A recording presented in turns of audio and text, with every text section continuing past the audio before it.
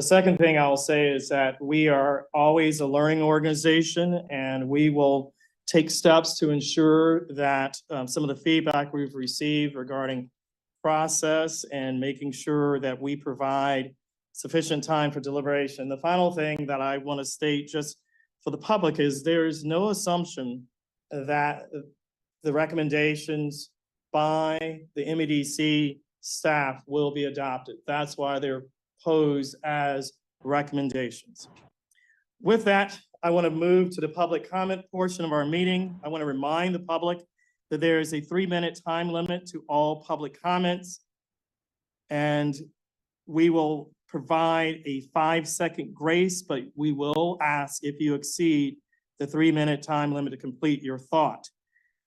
With that, I will ask Caitlin to explain any further instructions prior to opening the public comment. Caitlin? Thanks, Quentin. So we do have a few pre-registered public comments that I will go through first. For those wishing to make a public comment that did not pre-register, just please make sure that your mic is unmuted should you wish to make a comment, and I will go through in order of those unmuted after we address the pre-registered comments. To unmute your mic, if you're dialed in on the phone, please press *6. And if you are virtual, it's just that little microphone at the bottom of your screen there. So we did have 8 pre-registered public comments, and Quentin, I will start with those. So first I have Cynthia Roberson with a phone number ending in 9126. Cynthia, are you on the line?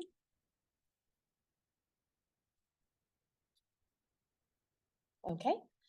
Next I had Dan Erickson with a phone number ending in 5334. Dan, are you on the line? Okay. Yes, I am. There you are. Go ahead with your public comment, sir. Yep. Good morning. I am Dan Erickson, an owner of Hoffman Brothers. We are one of the largest Southwest Michigan contractors, and I'm excited to talk to you today about the importance of funding the Marshall Area Jobs Opportunity and Recreation Campus, known as Major Campus. This is an incredible opportunity for Marshall and the entire region. This $3.5 billion Blue Oval Battery Park will create 2,500 jobs. It will serve as a catalyst to create an infusion of millions of dollars to the local economy, and it helps small businesses like ours and many others in the community. The economic opportunity of the Ford project and other businesses that a major campus will mean higher property values, funding for police, fire, schools, and roads. This project is a long-term investment. And it's one that will create opportunities for young people who do not need to move away from the area. We need an influx of young people. I urge you to continue your support for this very important project, and thank you very much for your time.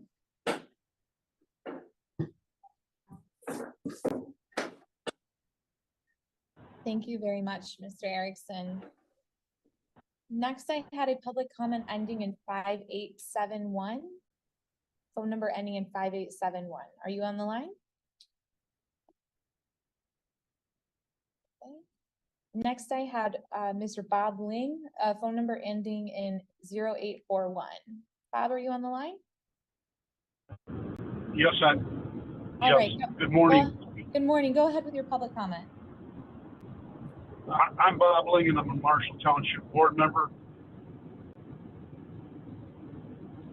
Funding the Marshall Area Jobs Opportunity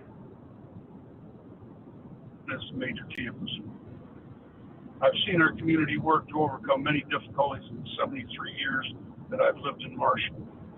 The loss of thousands of jobs with the closure of State Farm, where I worked for 35 and a half years, and even took a toll on the community. And we have a great opportunity. Ford's Blue Oval will create 2,500 jobs when it opens. Many new jobs in our community related to the construction already on site, and we've also businesses moving as a result of this. I have been proud to support Ford's Blue Oval Battery Park facility and major campus. I'm also proud to play a role in the economic development opportunity as been presented to our community. This funding is vitally important to complete the infrastructure for this project. I appreciate your continued support of this campus and everything it means to the Marshall community in southwestern Michigan. Thank you for your time. Thank you, Mr. Lee. Appreciate your comment. Next for pre-registered public comment, I had Sue Dameron with a phone number ending in 3624. Sue, are you on the line? I am. Good morning. I'm Sue Dameron. I'm the president and CEO of Schuler's Restaurant and Pub in downtown Marshall. I'm on the call today to encourage you to make an important investment in Marshall area jobs, opportunity, and recreation campus. With your support, we'll have an incredible anchor for thousands of local jobs that benefit small businesses like Schuler's Restaurant. After seeing thousands of jobs leave Marshall with our community's loss of State Farm and Eaton, things are starting to feel different. As soon as Ford announced its Blue Oval Battery Park, Michigan facility in February, we immediately had customers coming into the restaurant. They were telling us that they had seen the news about the Ford project and it reminded them about Schuler's Restaurant in Marshall. It immediately had a positive impact on our business.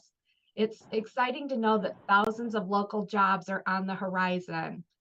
And this economic development isn't just about dollars and cents. It represents an incredible opportunity for us to add to our workforce at Schuler's. Many of the people who will be working the new jobs at Ford and other businesses will have spouses and children, and those additional community members will help our employee base. The types of jobs available at Ford and other advanced manufacturers will provide opportunities for young people growing up here. They will be able to stay in the state of Michigan and the Calhoun community and eventually raise their own families here. It's exciting to know that the major campus will have more opportunities for other businesses. Thank you for your time this morning, and thank you for considering this important investment. Thank you very much, Sue. Next on the line for pre-registered public comment, we have Rebecca Jones with the phone number ending in 5196. Rebecca, are you on the line? Yes. Good morning. I'm Rebecca Jones, the superintendent of Marshall Public Schools. As the Marshall Area Job Opportunity and Recreation Campus, also known as MAJOR, is developed, it will be home to many future businesses. We at Marshall Public Schools are taking steps towards creating new careers and training options that will allow our young people to continue to live and work right here in Marshall. Right now, our skilled trade programs is preparing students for good paying jobs that don't require a college degree. Marshall Public Schools is thrilled to be working right now with the Marshall Area Economic Development Alliance and our local business community to highlight many great job opportunities in the skilled trades. And those career options will continue to grow with the development of the MAJOR campus. With this committee's help, this campus will attract other advanced manufacturers and new businesses to the area. The good news for our future graduates is they won't be forced to move away to find good paying jobs. This site will be a magnet for billions of dollars of new capital investment in our region, which in turn provides funding for community services and our schools. Those things all work together to help improve our overall quality of life for our families, students, and neighbors. I asked the committee to keep the momentum going as this campus will be a game changer for our region and our entire state. Thank you for your time. Thank you, Rebecca. Next, we have a pre-registered public comment from Michael Lowndes with a phone number ending in 8735. Michael, are you on the line? I am. Thank you, Michael. Go ahead with your public comment. Yeah, hi, my name is Michael Lowndes. Excuse me, I've been a resident of Marshall for over 40 years, raised my family here. I have 3 diversified businesses here in downtown Marshall, the Bogart Theater, Trailblazers, and Paw Fitters. The idea of this Blue Oval plant coming to Marshall is exciting. It's needed. We have lost State Farm and Eaton over the years. So over my 40 plus years of living here, I've seen where You know, we had lots of business and things like that, good paying jobs, and we've lost some of those. It's exciting to see something like this coming back to our area. With the location being at 6994 like we are, we think it's an integral spot for the state. We claim as a country, we want these jobs to come back. As a state, we want these jobs to stay in Michigan. This is a perfect opportunity to advance forward, improve Marshall, improve the state. Thank you. Thank you, Michael. Next for pre-registered public comment, we have Mark Benke with the phone number ending in 8022. Mark, are you on the line? Yes, I am. Good morning. I'm Mark Benke with the City of Battle Creek, and I also serve as the mayor of Battle Creek, Michigan. I appreciate the opportunity to talk to you about the exciting things we have happening in Southwest Michigan. The Blue Oval Battery Park and Marshall Area Jobs Opportunity and Recreation Campus, also known as Major Campus, are poised to be a catalyst for exciting economic development opportunities across the entire region. I'm a lifelong resident of this community, and I have served on the Battle Creek City Commission for over 30 years. I know how important the Ford project and the Major Campus is for Southwest Michigan. That's why I'm encouraging you to support funding needed to keep Ford's Blue Oval and the Major Campus on track to create thousands of local jobs. Over the past 20 years, we have seen thousands of jobs leave the region with the departures of the Eaton Corporation and State Farm. Now this campus and Ford's Blue Oval project provides the incredible opportunity to reverse those job losses. The Ford project will create 2,500 jobs, and additional businesses at the campus will mean even more local jobs. And that will mean the infusion of millions of dollars into the local economy. The city of Battle Creek is thrilled to have a role in this project by supplying the water for the Blue Oval facility. We support your continued support of this project. Thank you very much. Thank you, Mayor Benke. That concludes pre-registered public comments. So if you have a public comment and you are on the line, please unmute now. And I will go in order. It looks like Glenn Kowalski is I'm just going in order here. Glenn, are you on the line? Yes, I am. Glenn Kowalski from Marshall Township. I'm speaking to the grant of an additional $65 million for the private corporation, Marshall Area Economic Development Alliance.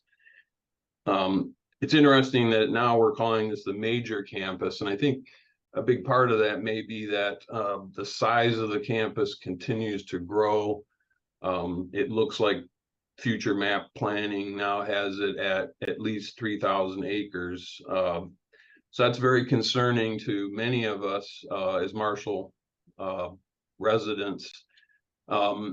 Speaking to the job losses, I've lived here 37 years, and Marshall's never been more prosperous than it is today. When I moved here, we were in the midst of the 80s and economic downturns. So that's just not an accurate picture of where we stand today. But specifically, Ford has stopped work on the site. The site has been, to date, pretty much built around the Ford request. The land has been damaged to their specifications. So at this point, I would think it's irresponsible to continue to fund a site that's in question. It's also in litigation. So I would urge this body to hold back that funding.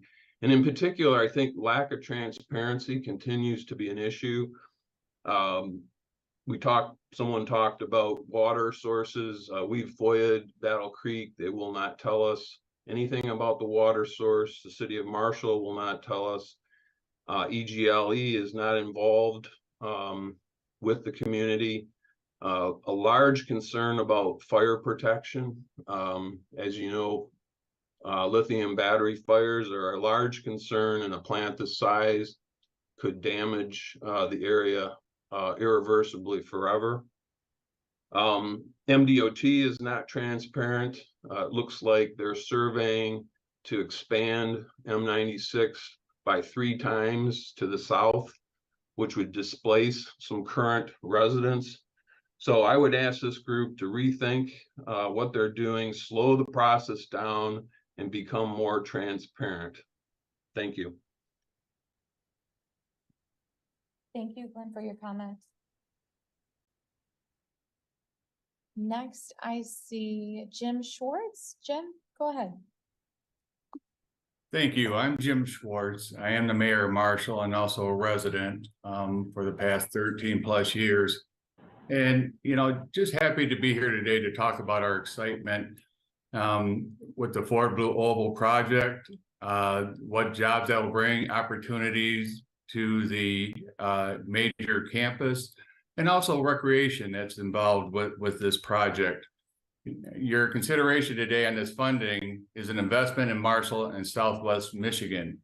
This project is a winner for everyone. It will positively impact our area for generations. It will ensure young people here and their children in the future have even more opportunities than the previous generation had in Marshall. This is a development that will spark billions of dollars of investment for decades to come. It will create an infusion of millions of dollars to the local economy, helping our local small businesses, our stores, shops, restaurants, and schools. It's exciting to think that with this project, we are creating a new talent pipeline that will give young people the skills and the training they need to get good paying jobs that don't require a college degree. And it's wonderful to know that these opportunities will be right here so young people won't have to move away to find a good job. We're already seeing interest in those good paying jobs among our young people who are taking advantage of training programs at Marshall Public Schools and Kellogg Community College. I join others from the Marshall community today to ask that you keep this project and development of major campus on track by supporting the funding measure before you. Thank you for your time and appreciate the conversation we'll have on this matter. Thank you, Jim. I see a few others here. Next, I see Greg Moore. Greg, go ahead. Yes, good morning. My name is Greg Moore. I'm a lifelong resident of Calhoun County, and I'm speaking today as the chair of the Calhoun County Economic Development Corporation. And I'd like to express our organization's public support for the $65 million in SSRP funding to the Marshall Area Economic Development Alliance to continue and aid in the land acquisition, site prep, as well as sewer and water and transportation upgrades that are needed for this site. As others have said, and as you already know, this investment is supporting thousands of jobs in Southwest Michigan, certainly plenty more in the future. As an organization, we've seen communities and organizations across Calhoun County come together and to partner on infrastructure and programming in ways that we haven't seen in quite some time. And it's truly remarkable and heartwarming to see. We want to make sure that this infrastructure and these programs are developed in the most efficient and effective way possible to aid the entire region. I can tell you that I have the good fortune of working across Southwest Michigan in a number of different counties. And I can tell you that the entire region is excited about the opportunity to take advantage of this transformational investment that the Ford Blue Oval project is bringing. And so we just want to let you know that we appreciate the Strategic Fund's support and partnership to date on this project and helping to bring it to fruition. And we look forward to continuing to partner with you to ensure that the ribbon is cut on this once in a generation development. Thank you very much. Thank you, Greg. Appreciate your comments. Next, I see Barry Wayne Adams. Barry, go ahead. Hello, can you hear me? We can, Hello? Barry. Good morning. Go ahead with your public comment, sir. Okay, I'm not one of the parrots of corporate fascism who is going to mindlessly recite the nonsensical rhetoric about how much of a better future this mega mess is going to bring. We're already seeing the damage. We're already seeing loss of wildlife habitat. The illusory memes of more and better jobs are not going to be played out. The the whole battery, electric battery technology scenario is suspect every way along the line. It is decidedly not a green system. It will not green the planet. It is greater in pollution. It has a higher carbon footprint than combustion vehicles.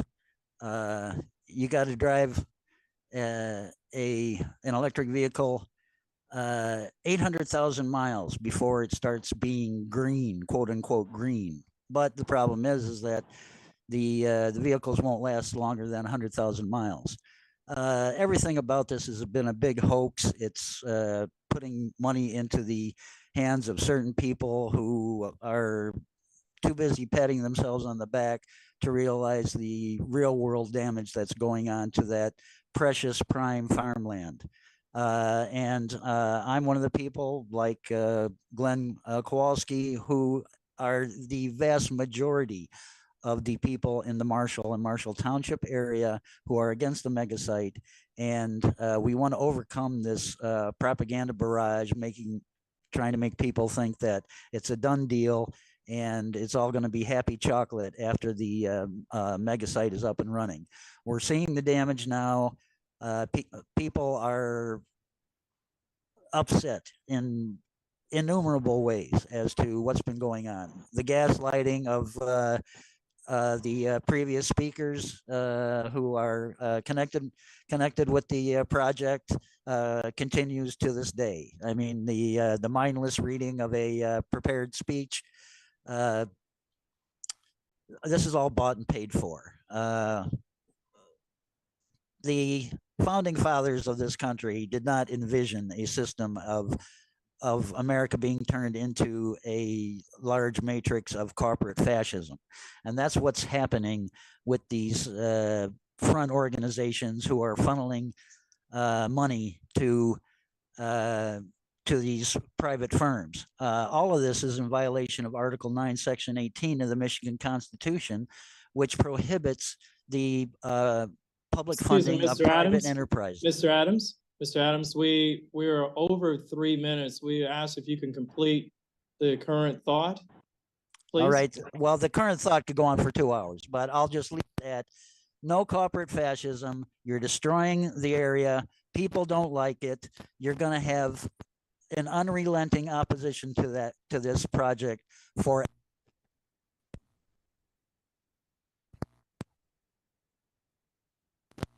I'm unsure whether we lost Mr. Adams or not, but we thank you for your comments, sir. Caitlin, please continue with the public comments. Thanks, Quentin. Thank you, Mr. Adams. Looks like I have Marjorie Steele next. Marjorie, go ahead with your public comment. Thanks, Caitlin. I first just wanted to say that I think that the board should probably take it as a vote of no confidence for Ford Cattle that MEDA and the MCGO felt the need to send out so many of their goons to read pre-prepared lies to you this morning. My phone was blowing up yesterday in the wake of the news of Ford's halting the construction, with residents of Marshall who were absolutely ecstatic beyond words. Excitement and celebration, I think, would describe the general vibe of Marshall residents last night when they heard the news that Ford Cattle had been paused. Since Mr. Messer mentioned that this is a learning group, I've actually recently been doing a little bit of research, and I wanted to present a little bit of data of my own to you briefly here. I've been compiling up the water usage of these mega sites, those that are proposed and those that are currently in existence. Now, because very little information has been provided about these, I've had to benchmark a lot of it. So to rattle through these very briefly, with our EV mega sites, we've got Big Rapids, Marshall, Shiawassee County, Van Buren, and Holland. Now, those last two are expansions. We're looking at about 715,000 gallons of water per day per plant, with those expansions possibly being much more than that. For semiconductor campuses, we're looking at an average of 11.65 million gallons of water per day. Eagle Township and Mundy Township are slated to have semiconductor campuses, although with Mundy, we've been hearing figures as high as 90 million gallons of water per day. We also have hemlock currently in production and ready to be expanded. We have MI potash that has permits from Eagle for 2 million gallons of water per day. And of course, Nestle is currently taking a little over 400,000 gallons of water per day for a grand total of 48.6 million gallons of water per day that has not been studied, the impact of which has not been studied. Furthermore, there's another 50 million gallons of water per day being taken from Lake Superior for industrial usage.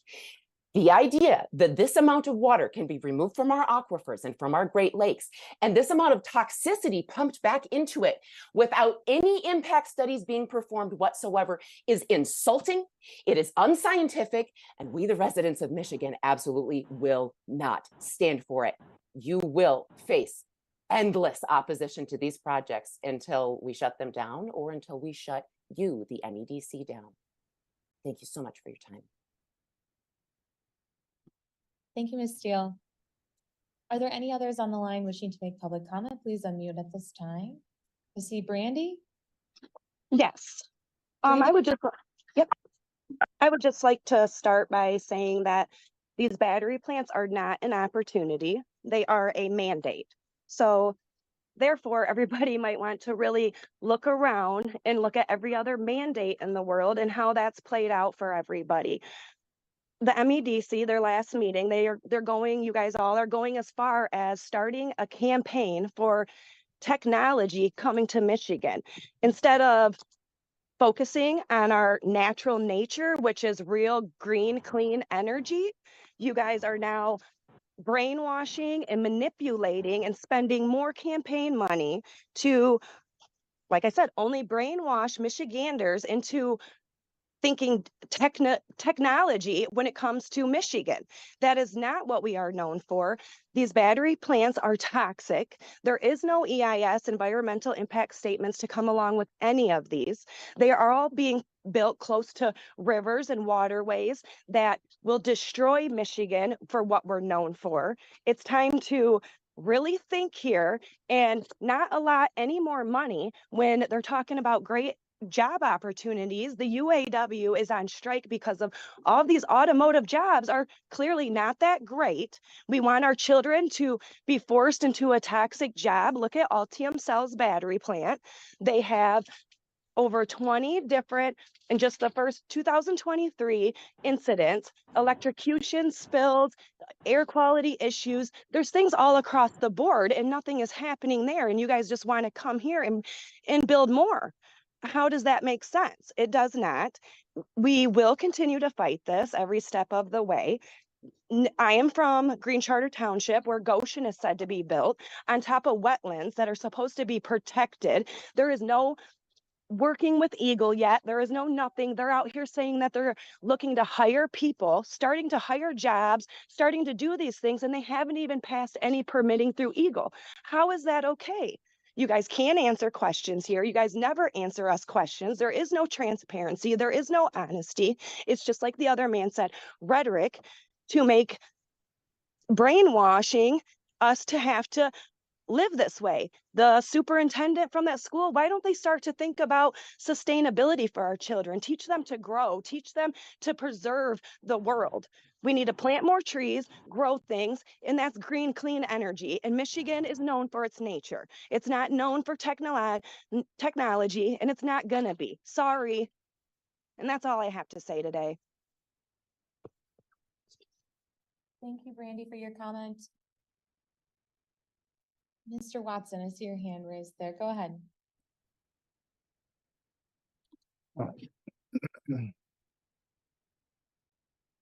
Good morning. Can you hear me? You can, yes, sir. Go ahead with your comment. Perfect, thank you. I'm Dr. Paul Watson, the president of Cal Community College in Battle Creek.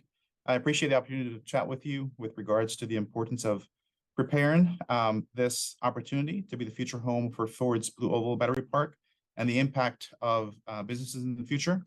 I'm really proud of the work that we do here at KCC. What we do is we do our best to prepare individuals for good jobs in the skilled trades and beyond for transfer.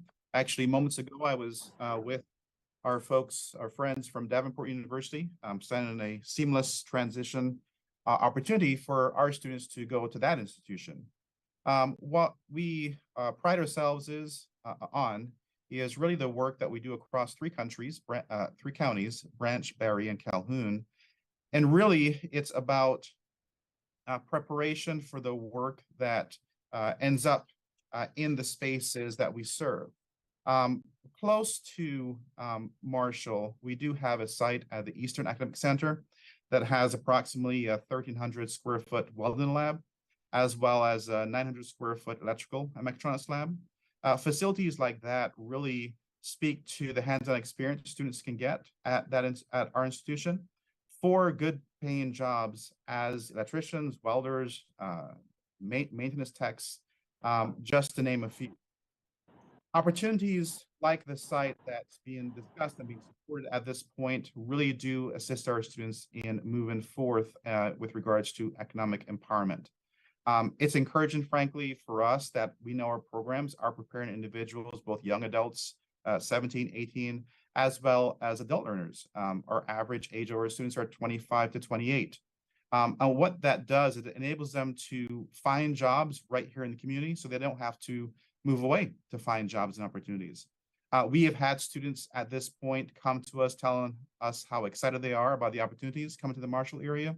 We have a wait list. We've had modules being created at our Regional Manufacturing Training Center that really help to address that need that we see forthcoming. Many of our students are looking forward to the ability to work and live, whether at the site or the resulting businesses that will emerge from that. And what at this point that we look for is this once in a generation opportunity to really bring manufacturing as well as the resultant industries back to the area to really spark investment and continue the economic empowerment within this local community. We look forward to just hearing from you today. Thank you for your time, and I respectfully ask that you continue your support of this project because of what it will do for the constituents that we serve, again, in Branch, Barry, and Calhoun. And I thank you once again for the time. Thank you, Dr. Watson, for your comments. Any others on the line? I see a phone number ending in 2018 that's unmuted. Did you have a public comment?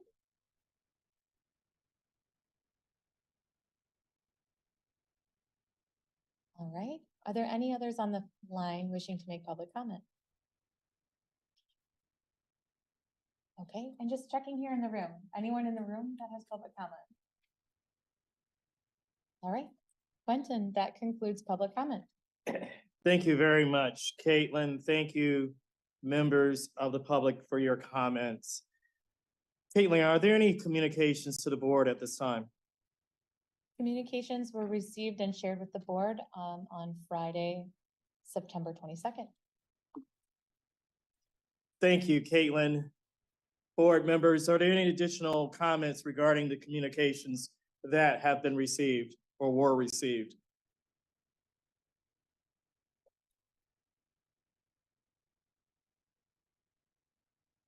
Hearing none, we will hear subcommittee reports. First, the Finance and Investment Subcommittee. Mr. Hutchison, are there any readouts from the Finance and Investment Subcommittee you would like to share? We had some really good discussions on the SSBI deals that are in pending status, and some good discussions, and we're moving in a positive way on those. And I think at some point in the next month, we'll be presenting some things. So that would be the only updates that I'd report out on, Mr. Chair. Thank you very much, Mr. Hutchison, for that readout. Yes, sir. We will next go to the Policy and Planning Subcommittee. Ms. Warner, are there any readouts from the Policy and Planning Subcommittee you would like to share? None at this time, Director Messer. Thank you. Thank you, Ms. Warner. We will now move to voice votes. To ensure continuity within a hybrid meeting setting, I would like to ask you to identify yourself before offering a motion. Additionally, Caitlin will conduct a roll call for each vote.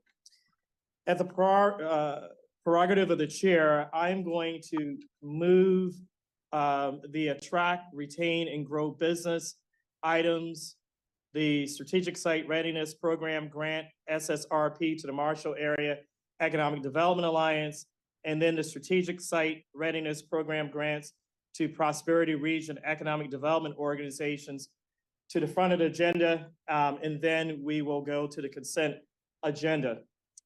With that, I will now go to the Strategic Site Readiness Program Grant, SSRP, to the Marshall Area Economic Development Alliance. We will now welcome Josh Hunt, Executive Vice President, Strategic Accounts and Chief Projects Officer, to present on the next two items. First, he will present on a resolution to approve a Strategic Site Readiness Program Grant, SSRP, to the Marshall Area Economic Development Alliance. Before Josh provides his presentation, I just want to say one word about the temporary pause by Ford at the Marshall site. We fully expect that Ford will continue to develop Blue Oval Battery Park Michigan site, and we need to allow the Ford Motor Company and the UAW to continue their negotiations. Further, I would like to also provide MEDC's statement on the news. We are staying the course to secure our position as the global leader in mobility and highly advanced manufacturing on our strategic site in Marshall. We will continue working closely with our partners in the community as Team Michigan moves forward on developing a world-class site that creates good paying jobs, brings supply chains home to Michigan, enables us to compete to make more in Michigan. I should note that the vote today is really to ensure that there is non-Ford land at the Marshall site that is developed as we continue to attract interest from suppliers seeking to co-locate there. I want to note that this supplier's interest is exactly what we hope to accomplish when we announce Blue Oval Battery Park, Michigan, as we seek to maximize private investment and indirect and induce job growth in Marshall as well in other places across both peninsulas. With that, I will turn it over to Josh for his presentation. Josh, please take it away. Thank you, Mr. Messer, and thank you, members of the board, for the opportunity to be with all of you today. As Mr. Messer outlined, I am presenting a request for assistance for site readiness activities to support land acquisition and infrastructure activities at the mega site in the city and township of Marshall in Calhoun County. I'm joined today by Jim Durian, the President and CEO of the Marshall Area Economic Development Alliance, as well as their legal counsel, Richard Lindsay. We are requesting $65 million in the form of a grant to the Marshall Area Economic Development Alliance from the Strategic Site Readiness Program that will be used for land acquisition, site studies and preparation, water and wastewater upgrades, road enhancements, professional fees, and other public infrastructure related improvements. It is important to note and reiterate Mr. Messer's point that these funds being requested are not directly connected to the Ford Blue Oval project.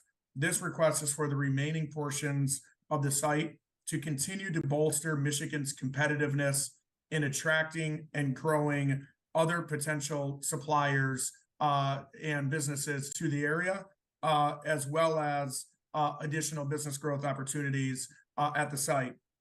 For context, this is a overall approximately 1,900 acre site. Ford is utilizing approximately 745 acres of the site, with 245 acres set aside for a conservation easement. Primarily, this site is bisected by 13 Mile Road, and primarily Ford is covering the land east of 14 Mile Road.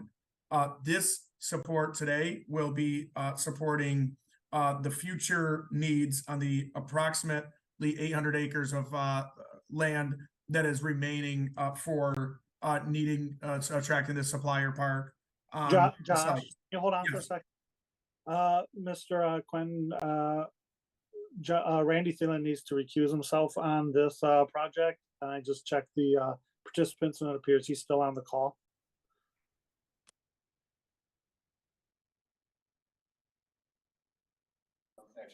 Yes, so, hold on,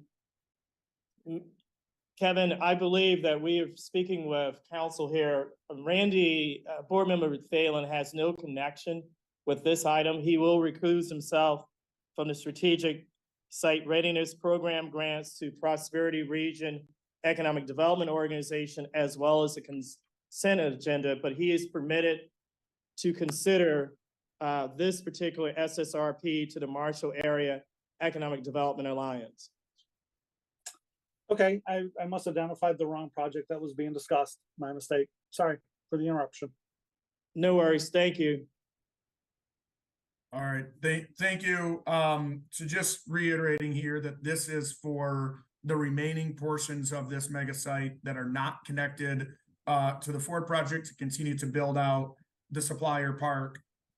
These infrastructure improvements, as well as purchasing land as option terms run out, are important to ensuring that we are able to continue the development of this overall site to continue to grow this opportunity.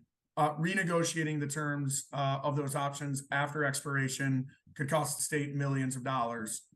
The MEDC and the Marshall Area Economic Development Alliance have been working closely to develop this site for several years, and the site remains the most advanced large-scale site in Michigan in a highly competitive market for sites across the country.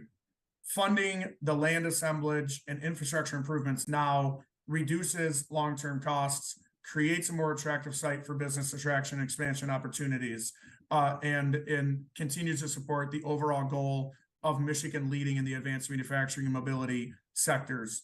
At this point, I'd like to turn over to Mr. Lindsay to discuss a little bit of detail about the options as well as the competitive bid process for water and wastewater upgrades in a little bit more detail. Mr. Lindsay, I will turn it over to you. And I'm actually going to defer to Jim Durian, who's the CEO of MEDC, and then I will assist him as needed. That sounds great. Thank you. Josh, thanks. Thanks for inviting us. So on the competitive bid process, MEDC conducted an open and transparent competitive bid process to identify that it's the lead contractor for the water wastewater work. So we use what's known as the CMAR process, which stands for Construction Manager at Risk. This is a collaborative, deliberate delivery approach. It brings together various partners to complete the project. We did a request for an expression of interest that was posted in April, and that was followed by an RFP posted in June. And it was posted on what's called the MIBA platform. So that's the Michigan Infrastructure and Transportation Association. So that's a list of 500 or more of the transportation and construction contractors. And we also posted it on the Choose Marshall website. The selection committee scored the proposals in July, and we narrowed the bidders down to 3. We interviewed the top candidates in August and then made our selection in September, just a couple of weeks ago. The selection committee included leadership from the city of Marshall, the city of Battle Creek, Emmett Township, Marshall Township, and Calhoun County. We selected Granger and Hoffman Brothers as the general contractors for the water wastewater work. They had the best proposal, they did the best on the interviews, and they are local and regional companies. So we're looking forward to working with them to complete the build out of the site. And then on the additional land acquisition, we need to acquire additional properties to complete the build out of the site.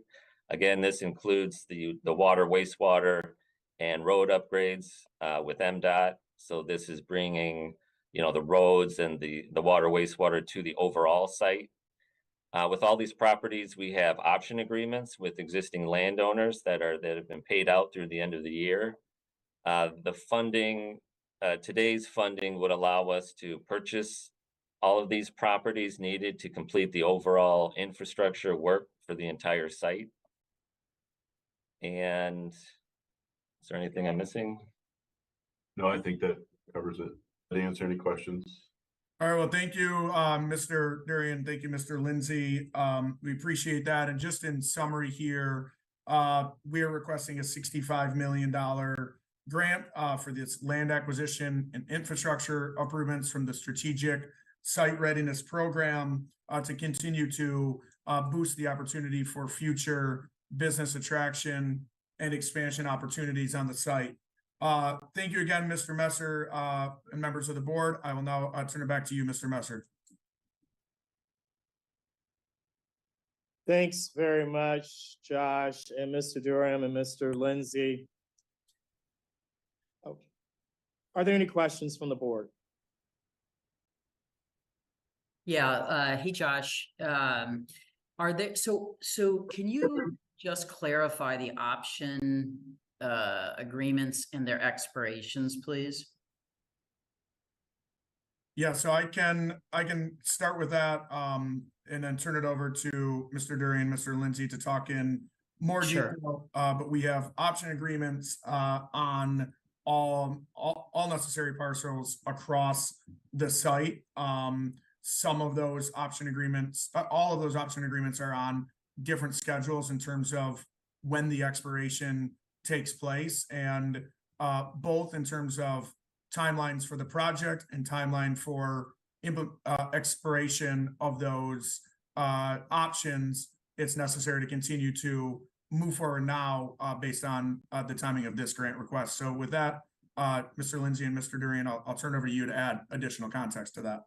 Josh, I think you stated that exactly right. I would add that there are a number of parcels that are going to be necessary for water and sewer infrastructure that serve the major campus. Also, that will be part of the MDOT road expansion, and so that there's a need to purchase those. But all of the parcels relate to the major campuses, so it's to fill out that campus. And basically, this was a process over about 3 years to acquire all these options. So they're at different, locations in their time period. We've got a few that only have a year left. We've got some that are 2 years, and some, that were signed within, say, the last 6 months or so, as the Ford project started to develop. But these are all related to building out this campus. And again, what we've seen locally already is a lot of excitement for the opportunity to build this additional area of the campus out because of its close proximity to the Ford project. So very excited to see this move forward. Yeah, let me, and maybe I wasn't clear. Let me ask again. What is the option? What is the first option agreement that you have in front of you, and when will it expire? So we've extended the options already through the end of the year.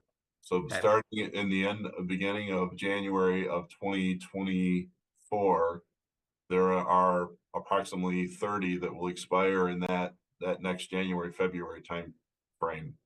Okay, fair enough. Thank you. You're welcome. Mr. Durian, is there ability to extend those options further? Yes.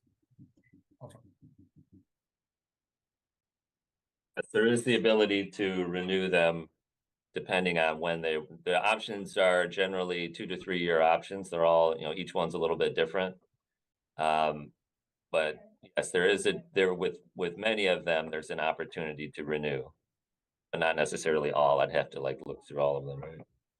Just for instance, there is an option for a property that's along Michigan Avenue that's necessary for water, for MDOT, your campus, that expires at the end of this year.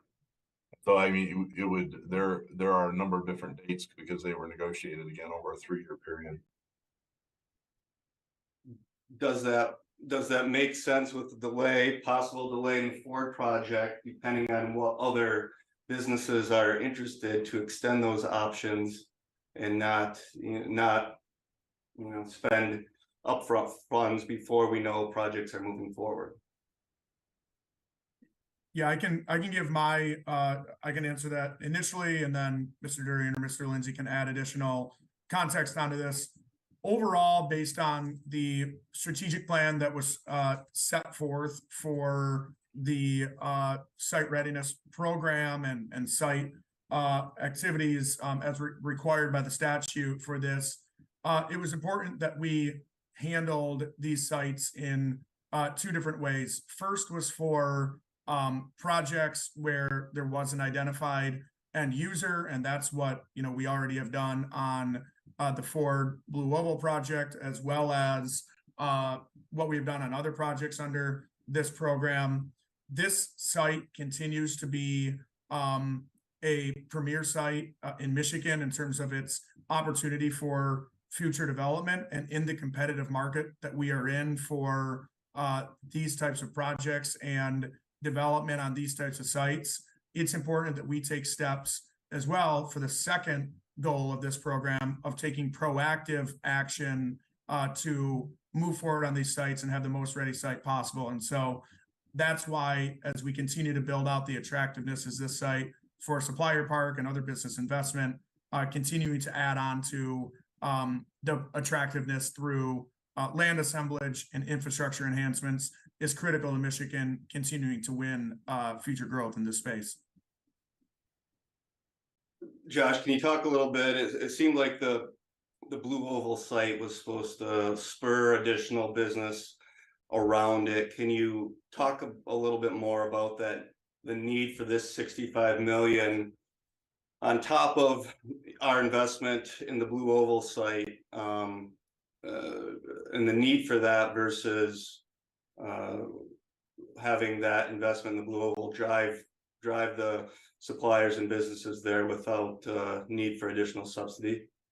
Yeah, I think there is a multifaceted approach and multifaceted impact that these types of projects have in terms of the Ford Blue Oval project. We heard in the public comment about some of the community-based activity in terms of the additional support and growth that's already happening on the main street of Marshall, and what we see for the important way that place is coming into play in the growth of the community.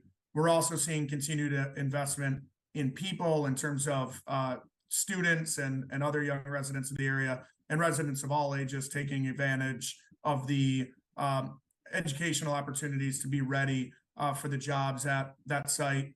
And then in terms of the projects aspect, we are seeing multiple ways that this project will bring growth to the community. First, there is a significant spinoff that will occur throughout the Calhoun County area and more broadly across Michigan as the supply chain impact grows here in this state. And that will happen as a result of this investment by the company. But there will also still be projects that are competitive that could locate at or near other facilities that this company or other companies have as a part of the supply chain. And by having this land ready for development continues to give Michigan a competitive position to secure that type of business expansion opportunity in key components of the supply chain. The only thing I would, oh, I'm sorry. Go ahead, James. The only thing I would add to that is that we actually need some of these parcels to complete the water, wastewater work. And then also when site selectors come and look at the site, they always will question, you have an option. What does that mean? Well, when does that occur? And it just creates a kind of competitive disadvantage when we have an option versus a purchase. But I would just reiterate that we do need it to actually complete. We need many of the parcels to complete the water, wastewater, and the MDOT work.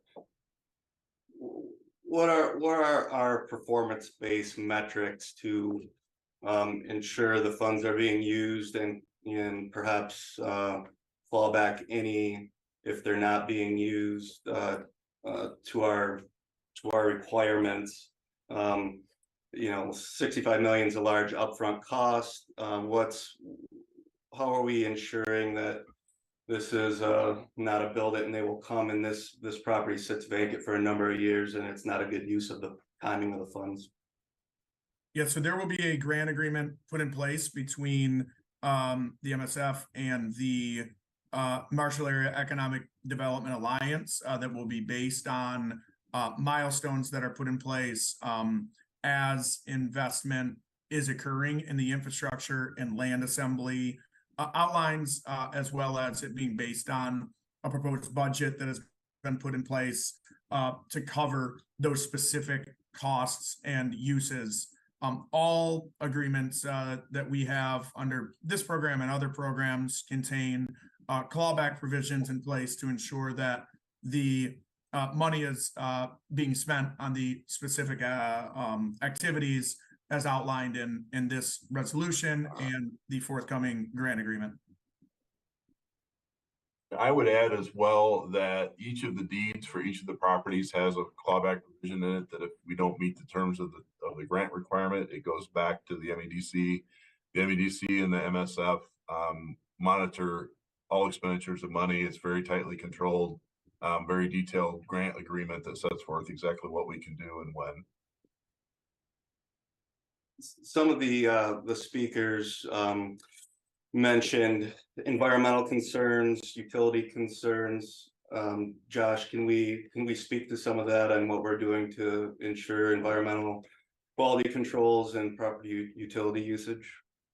Yeah, it's an important question, and it's something that we recognize the need as we continue to work to grow our economy, that we protect our most precious resource of the water that we have here in the state, as well as the overall environment. The team at the Michigan Department of Environment, Great Lakes and Energy has been at the table, and this project, both the Ford Blue Oval project, as well as any other project to locate at this site or any other projects that we're working on in the state, will continue to be subject to local, state, and federal permitting requirements as we work to ensure that we grow the economy in the most sustainable, environmentally friendly way. Josh, can you talk a little bit about the overall use, the percentage of the use of the site readiness program funds? It's a pretty high percentage of funds being used on this site. Opportunity wise, are there other sites that are ready that could use these funds, or is this the best use of the funds at this time? So we are requesting $65 million from the fund for this project, specifically because of the opportunity that this has in terms of the collaborative work that's been in place to make this Michigan's most advanced large-scale site, and a site that continues to be attractive in a competitive market across the country, as other states are working to do the same thing, and frankly, other provinces and countries around the world are doing as well. So this investment we view at this point as the best opportunity to grow the state through business attraction and expansion opportunities in this automotive and mobility space. I would add that this is all coming out of a $250 million addition to the Strategic Site Readiness Program that was approved over the course of the summer. The next agenda item that I know we'll talk about coming up is a separate component of that continues to ensure that we're not only investing in our mega sites, but that we are investing in all 10 regions of the state across both peninsulas to support grants for local and regional economic development organizations for those smaller, what we call strategic sites as well, to make sure that we're building out the supply chain in all areas of the state. And so this is a component to that overall strategy and the overall use of funds. Is there a timing for that 250 million? Does that go away, or what's the period for that fund? It is our intention to utilize that fund over the course of the near term to make sure that we continue to develop our site readiness inventory overall on this. And so that's why we brought the $65 million request here today, and separately the $25 million request for the strategic sites. Randy, jump in here. Yeah, thank you, Josh, and to the Marshall team for answering these questions, and to Mr. Durian, thank you for the discussion on the bid process for the infrastructure. That was helpful. Two questions. One, how long has the Marshall area contemplated this site for large-scale development? And then second, there were some comments and questions. Dan touched on this with the utilities, but there were comments and questions regarding water usage. How will this site be served from a water perspective? What's the capability to provide that service? Yep, so I can start on this and then Mr. Durian and Mr. Lindsay can add to it as well. There's been significant activity between the Marshall Area Economic Development Alliance and the MEDC for several years and continuing to make this a more competitive site. But this specific area of land that we're talking about goes all the way back to the 1960s in terms of that being the first time that portions of this land were zoned industrial. Over the course from 2006 to the present, we've seen 425 agreements and other activity and partnership take place between the township, the county, the city, and the MEDC to continue to build the overall attractiveness of the site. So it's also a testament to the long-term and pragmatic, proactive nature of what site readiness requires, that it takes time to properly invest and plan for future opportunities over that long-term process and partnership. Mr. Durian and Mr. Lindsay, add anything you'd like to on to that component, as well as to Mr. Dalen's question about the water and other utilities. Well, Mr. Lindsay is a lifelong resident of Marshall, so I think he can give a little feedback on how long this site has been contemplated. Yeah, I just, so I'm third generation Marshall resident. And as Josh stated, this goes back into the early 60s, late 50s. This property's been called at a couple of different things over the years, but it's been known as the Gerholtz property for most of my life. And it was bought by Cirrus in the early 2000s, specifically for an investment. And I like to tell people my mom was a 3-term township supervisor in Marengo Township dating back into the 80s. And this was always the site where we expected this kind of development to happen. It's got access to 2 highways. It's got access to water and sewer. It's got access to rail. Unique site in the state of Michigan. I would argue unique site in the Midwest. And again, as Josh stated, about 5 years ago, we started to work very closely with the MEDC and actually got options on 3 of the large parcels. And then about 2 years after that, increased that cooperation with MEDC, and it's been very positive. And we are, again, part of why we need this money now is we are a fair piece ahead of the other sites, and that's where we're at.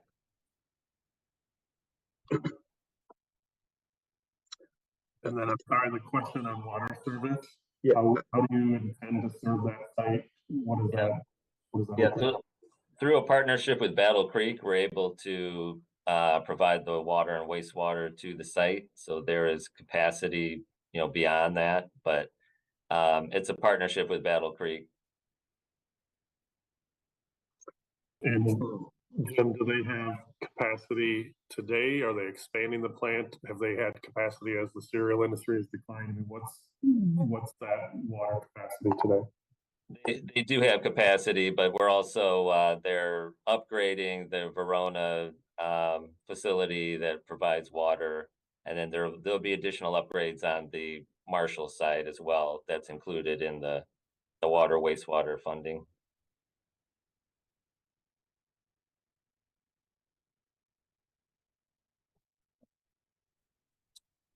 Randy, are you good? I think I see Ms. Warner's hands raised. Mr. Myring, are you good? Before we go to Ms. Warner. Just wanted to follow up on the utility. Can you add to any comments around phasing? Is it potential to phase the utility infrastructure so all the funds aren't used up front, but phase it as demand requires? Josh, James, or Mr. Lindsay, can you comment upon Mr. Myring's question? I'm going to say no to that. So Granger Hoffman will be bringing the water wastewater work infrastructure to the site, and so there's a timeline and milestones and schedule built into that. doing phasing. I'm not sure that's a practical solution. And I would go back to Jim's comments before. As we've met with site selectors and with companies, the question they always ask is how quickly you can get utilities to the site. And again, so we've done some pre-work, like, you know, looking at what easements and whatnot could be, but bottom line is you got to put the pipe in to be able to do it. And so that, you know, they're looking at from the date they pull the trigger when they can have product going out the door. And this utilities piece is absolutely essential. And I think it puts us to have this entire major campus have sewer and water, puts us way ahead of the game with everybody else. And I mean, like, not Michigan, I mean, United States ahead of the game. Land acquisition cost, how is that determined? Do we believe that's market rate cost for the acreage? It's not market rate, it's negotiated over time, and it went up as, you know, announcements were made, you know, by Ford and as we were going forward. It's what we are left with in the state of Michigan with the way the law stands. We have to acquire property through a purchase process, not condemnation. And the purchase price is built into the option agreements. Yeah, and I would add that's one of the areas where ensuring that we don't allow these options to expire is important, because frankly, we think the cost would only go up if we let those expire, and there would be a cost to the state to acquire those after an expired option agreement. Thank you. Thank you. Ms. Warner, please. Yeah, Josh, a couple of quick questions. We heard obviously a lot of concerns about utilities, and I think we've gotten many of those answered. But one of the concerns that I heard from speakers was that the site is in litigation. Is that accurate? Mr. Lindsay, can you answer that question? Yes. So there was after the zoning was changed in May, there was an attempt to ask for a referendum by a group of citizens. And when that was refused by the city, because there was an appropriation that was put into the zoning ordinance when it was modified, they filed a lawsuit. About a week ago, the judge dismissed counts 1, 2, and 3 of that lawsuit based on our motions for summary disposition to terminate the lawsuit. They had an opportunity to amend the lawsuit, and they presumably are going to do that. As things stand right now, there's nothing that stops this from going forward. It is my opinion, and obviously I'm, you know, appearing as one of the attorneys representing MEDC, that there's nothing stopping this from going forward. And, you know, there is a lawsuit. It will work through the process. We think that it's governed by a case dealing with MGM Grand in the city of Detroit, and they had an almost identical city or ordinance in that situation. And in that case, the Supreme Court said that they were allowed to go forward, and that the referendum was not proper because there wasn't an appropriation that was put into the ordinance. Again, Supreme Court case, it's right on point. We think it's defines the facts and the situation here.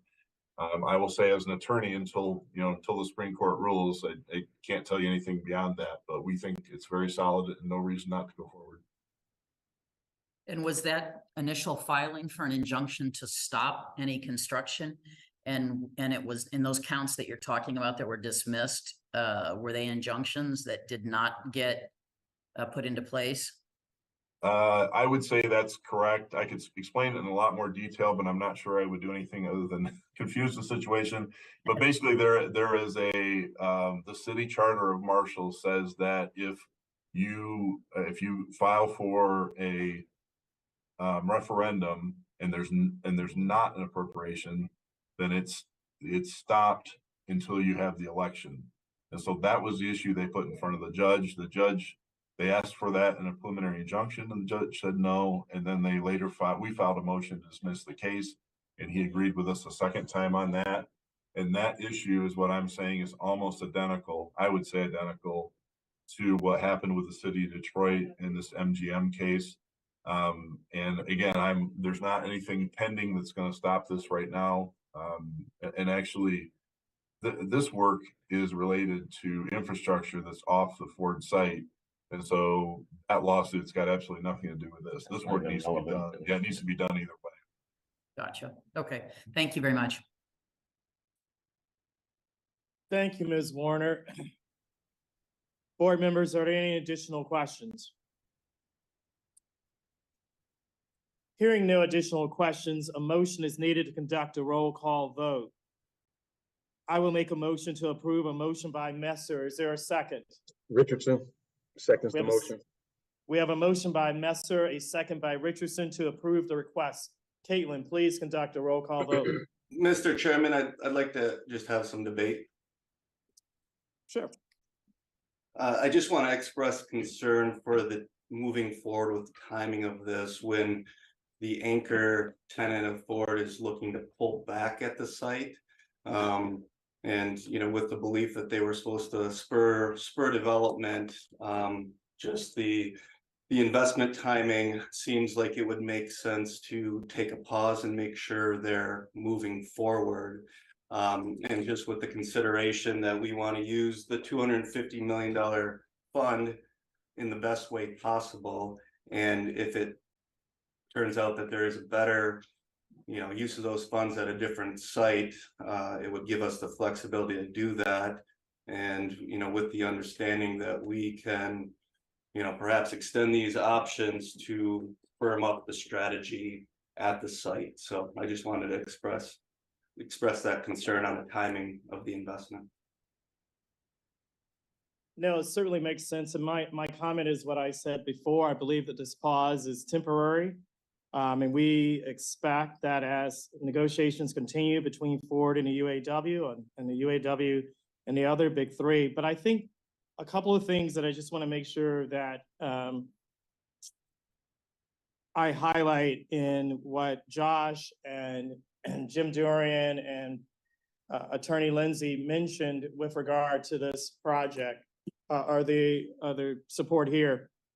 The opportunity here before us is to support infrastructure development that is independent of Ford. I can tell you that even up until earlier this week, we have gotten inquiries for companies that not only were looking at co-locating with Ford, but if in the highly unlikely chance Ford was not to continue, they would have sufficient wherewithal to continue on this site across a number of different industry verticals.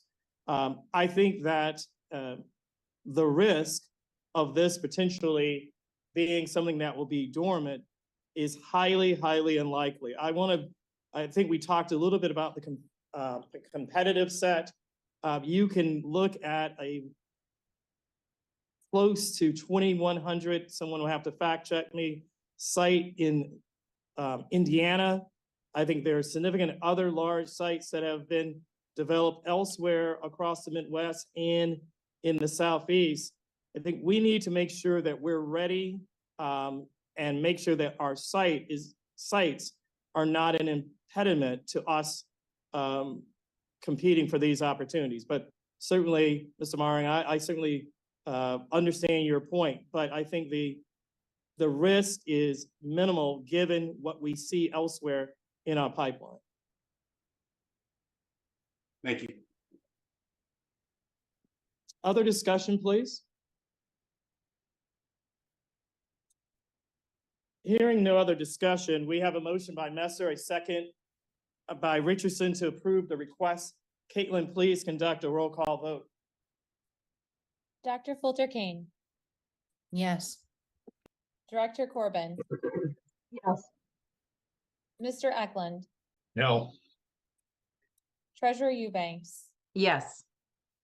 Mr. Hutcherson. Yes. Mr. Cap. Yeah. Mr. Messer. Yes. Mr. Meyering. Yes. Mr. Richardson. Yes. Mr. Rothstein. Yes. Mr. Thalen. Yes. Ms. Warner. Yes. Thank you. That concludes the vote.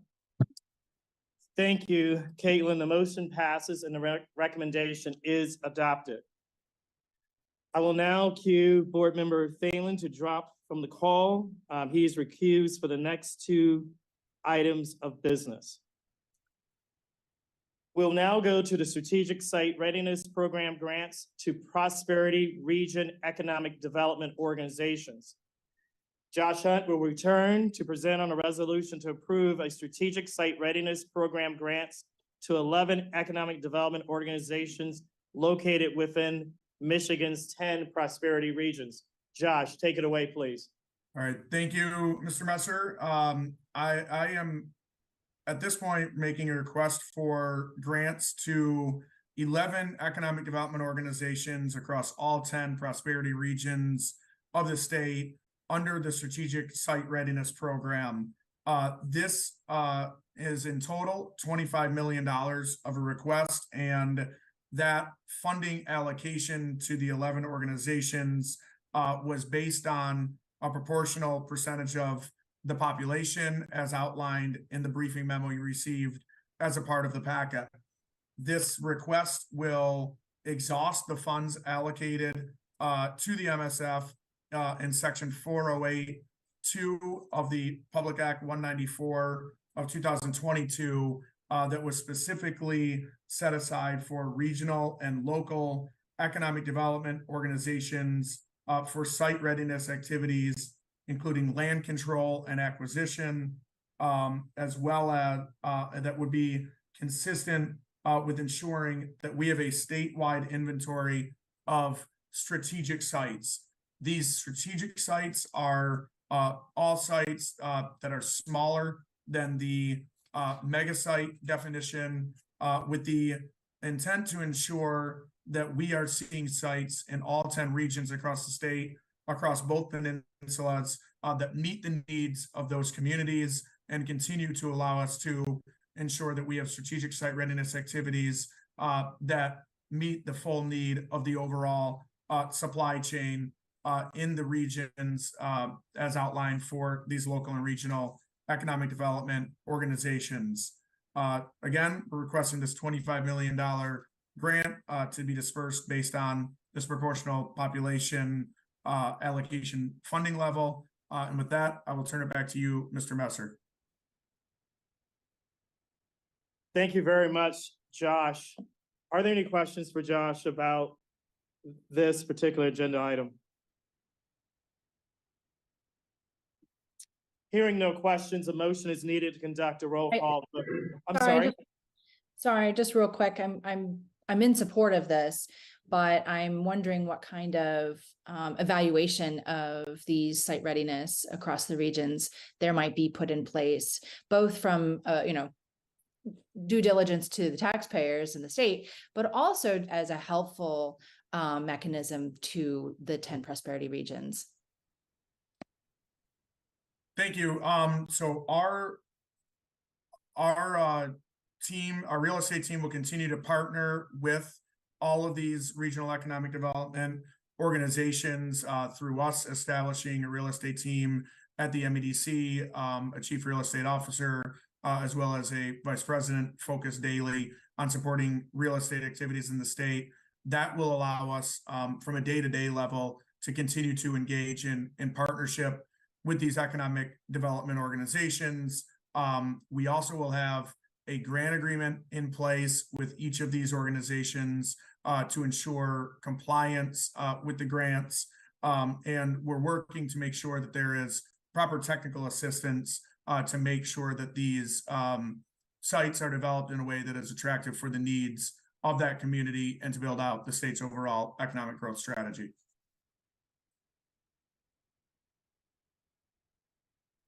Thanks, Josh. Thank you, Dr. Affolter-Kane. Any other questions?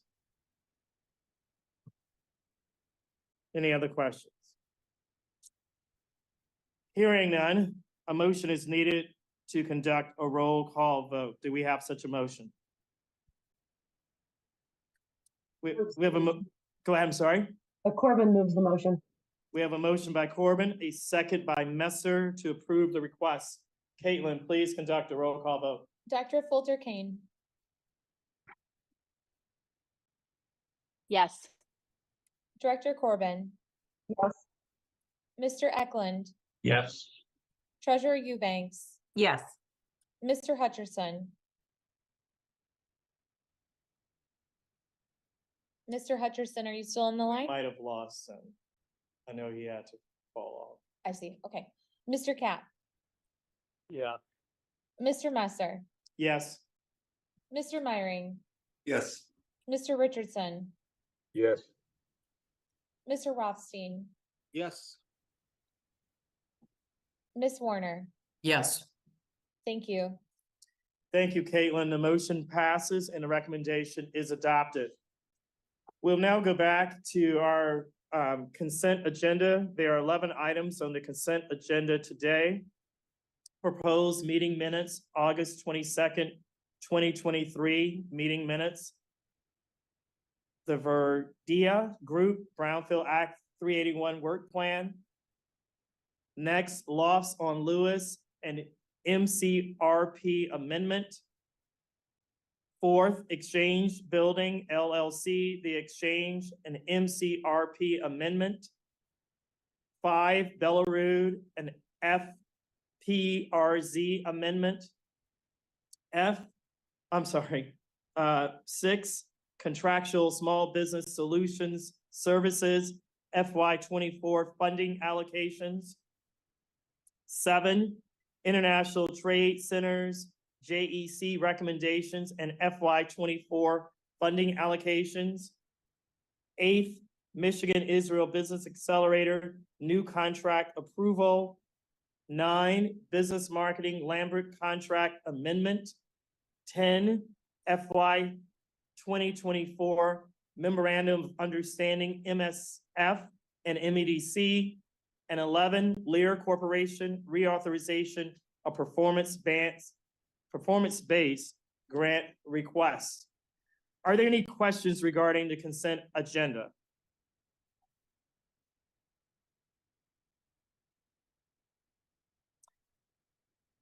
If none, a motion is needed to conduct a roll call vote. Do we have such a motion?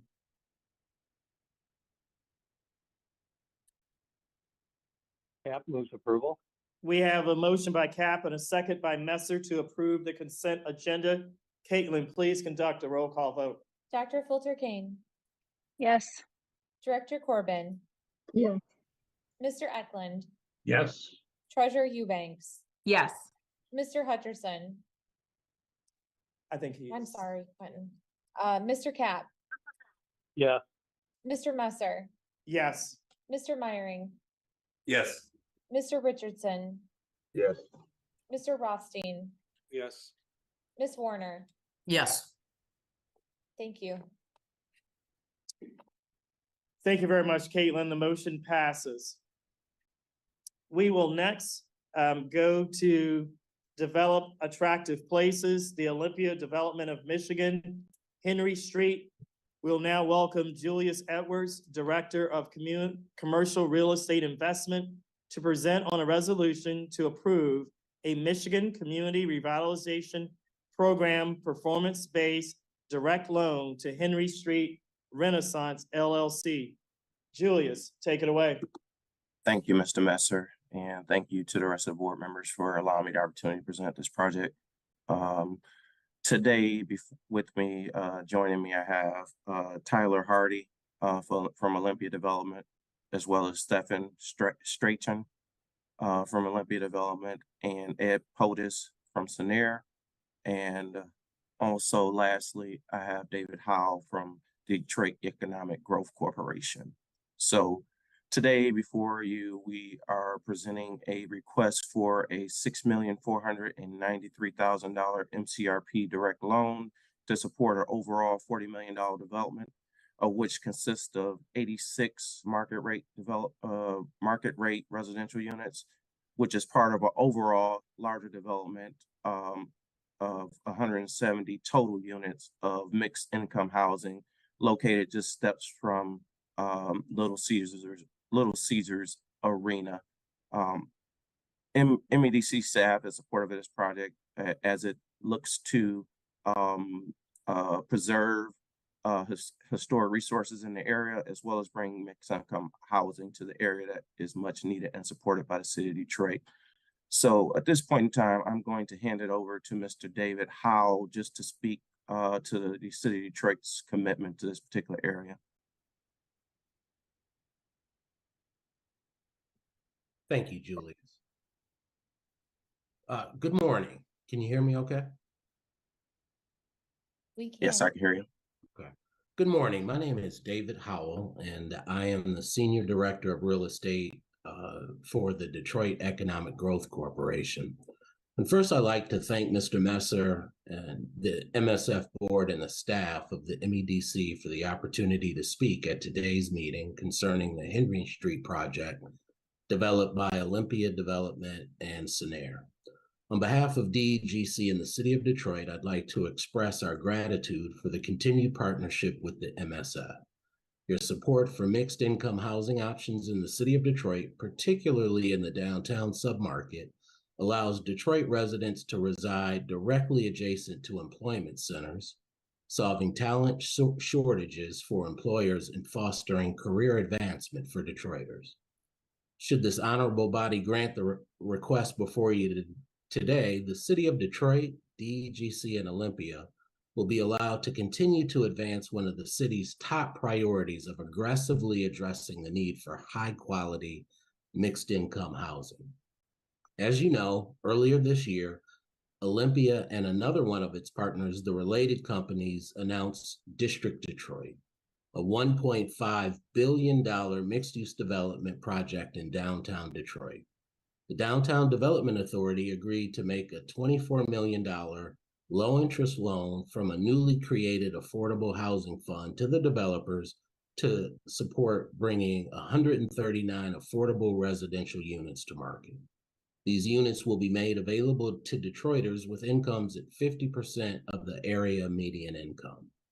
The Henry Street project, which is also located within District Detroit, continues that effort in bringing 84 affordable units to market, made available to households between 30 and 60% of area median income, as well as 86 market rate units. Furthermore, the development project brings 7 vacant historic buildings back online and creates construction and permanent jobs. The city supported the Henry Street project by committing $500,000 in home funds, $1.5 million in ARPA funds, as well as a 4% pilot. We remain steadfast in our belief that every citizen in Detroit should be able to afford to live wherever they choose. Your approval of the request today allows us to continue to make the City of Detroit the ideal place to live and work. Again, thank you for the opportunity to address you and for considering the CRP request. Thank you, Mr. Howell. At this point in time, I'll hand it over to Tyler Hardy to speak on behalf of the development team about their commitment to the city, this area of the city. Sure. Thanks, Julius. Tyler Hardy with Olympia Development of Michigan. I'm Director of Development here, leading the Henry Street project. Just want to thank the board for taking the time to hear us out on this project today. First and foremost, just really excited about the opportunity to bring this project to the city of Detroit with our partner at Lear. We have such a unique opportunity with the Henry Street project to revitalize, historically significant block into a mixed income residential project. And it's really our goal here to establish a sense of connectivity and community with this large, what we're calling campus style residential project, which, as you've heard, in its entirety spans across 7 buildings. What hasn't been mentioned is the community center, which we're really excited about. So the 7th building is a 9,000 square foot community hub that features a lounge space, fitness center, and a few other amenities that can be enjoyed by all of the tenants. So we really see this community hub as really the anchor to the project, as it provides a centralized place for people to come together organically. So in addition to those restored buildings, we'll have outdoor green space throughout the campus, new and enhanced site lighting, in and throughout the campus, and on-site parking available to tenants. We heard during a lot of our engagement sessions the importance of parking for affordable tenants. So we have set aside free parking for residents of the affordable units. We've also set aside units as low as 30% AMI to ensure that existing tenants remain on site. So we're extremely excited about this, and we've been very intentional with our unit finishes in the project, and are pleased to provide high quality unit finishes in the market rate and the affordable buildings alike. And we just really believe this project will positively transform the Lower Cass Corridor community. We're committed to it and excited to keep the momentum rolling. So I promise, Julius, I keep it brief. I'll stop there. Happy to answer any questions you might have about the project. And on behalf of ODM's and Air team, just want to thank the board for your consideration of the Henry Street project. Thank you, Tyler. To summarize, we're seeking a $6,493,000 MCRP award to support 86 units of market rate housing in the Midtown area. So at this point in time, I'll open up to any questions that any board members may have. Tyler, Go ahead, please. Do we think that this will spur other development in the area? Do we know of other development that may be coming because of this project? We do. Oh, Julius, I'm sorry. Go ahead. No, you go ahead. Go ahead, Tyler. Yeah, so we're really excited. I think this reactivating this block is critical, and it serves as a connector and also a gateway into the community. So not only will the tenants on site be able to enjoy this amenity, we think about the Cass Tech students that walk to and from school every day. Visitors coming in and out of Detroit. We see Cass as a major artery in and out of the city. And so it's bound to spur some additional development. We've also actually have a project right across the street that's under construction. You may know Mariner's Inn, Scenair, actually working on that project as well. So definitely see it as a catalyst for future development. I'm one of those old Cass Tech kids taking that walk past that or journey through that neighborhood. Way back in the day. Looks so much different now today. So thank you. Sorry, Quentin, didn't mean to jump on you there. No. You're fine, please. Any other questions? Excuse me. From an income perspective, Leon Richardson, from an income perspective, what type of tenants are you trying to attract again? So it will be mixed income. So 86 of the units will be market rate. We anticipate these to be working professionals, early career, mid-career professionals.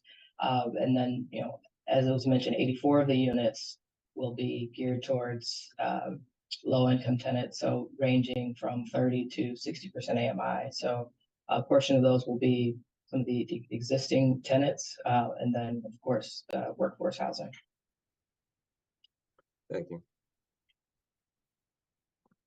Thank you, board members. And additional questions?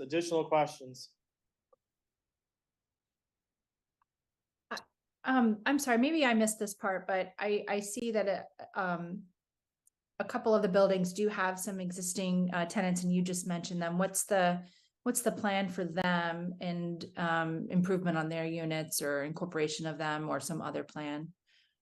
Sure, those units are included in the plan. We are working in very close coordination with the City of Detroit's Housing Revitalization Department, the United Community Housing Coalition, and the Detroit Housing Commission to create a temporary relocation plan that minimizes any disruption to existing tenants. And so a part of this process included creating a tenant retention plan that complies with any federal URA standards, and it's been approved by the City of Detroit. I'm sorry. So I'm sorry. I guess I just want to be clear that all of the units will be fully renovated, and all of the existing tenants will be able to move back into a newly renovated unit. So how long do you anticipate these tenants being subjected to living in temporary housing? So we have sequenced construction in a way that we only have to move just a few tenants off-site during renovations. The tenants are really excited. We've been in communication with each of the residents, so they are in the loop and understand what to expect. So that'll be through the construction period, roughly 12 to 14 months. And that's just a handful of tenants there. And then in the second building, they will be able to move directly into a newly renovated unit. So only one small group of tenants will have to move off-site during construction. Tyler, one other question. When building on Richardson's question about the target, how many of the residents are families, and if there are families with kids, school-age kids, what it's mixed use? So what kind of? I mean, I think this is an exciting project, and so I'm wanting to know more about, with families and kids and being in the Cass corridor. Yeah, so as far as existing today, just many singles, so no families. We anticipate, our target tenant, because of the restrictions to the unit sizing that we were able to configure with, the current existing historic structure. We don't anticipate many families on site, so that the units are comprised of mostly one bedroom and studio units. Okay, that helps. Thanks. Other questions? Thank you for those questions. Thank you for the responses. Are there other questions?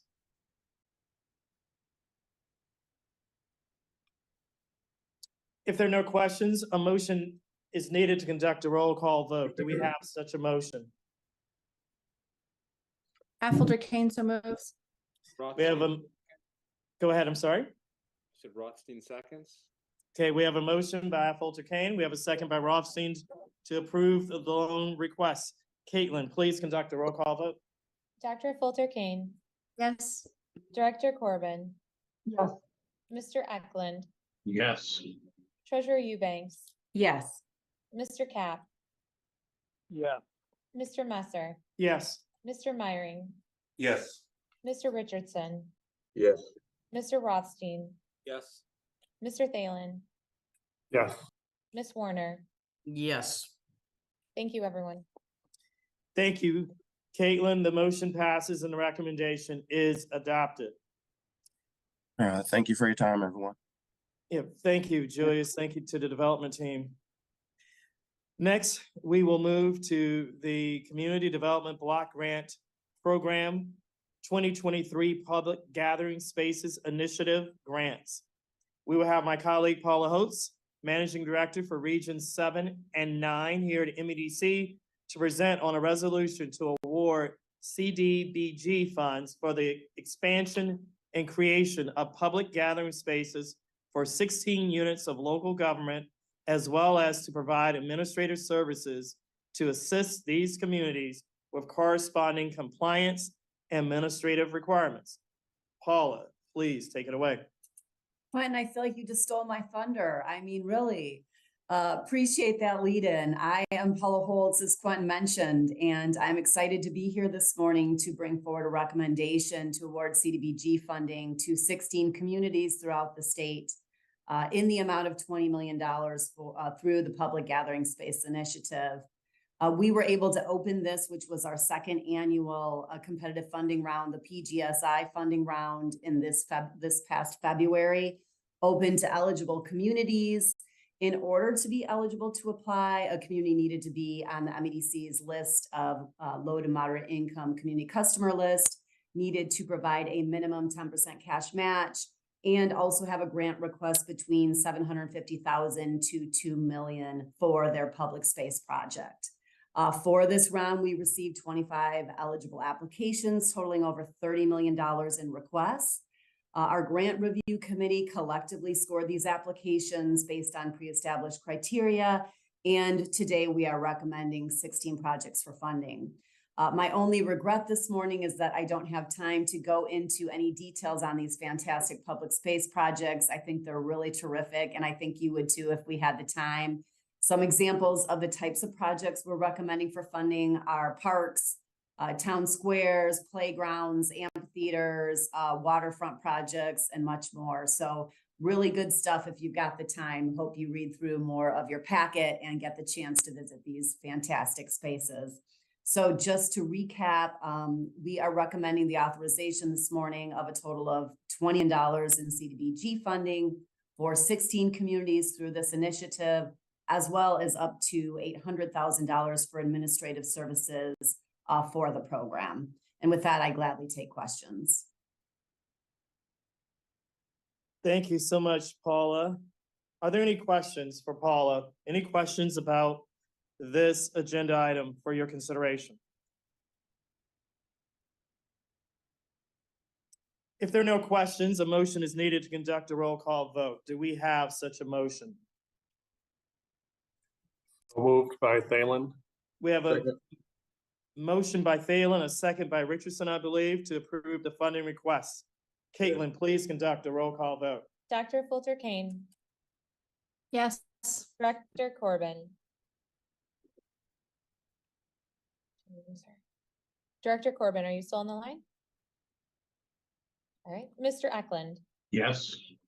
Treasurer Eubanks, Yes. Mr. Cap, Yeah.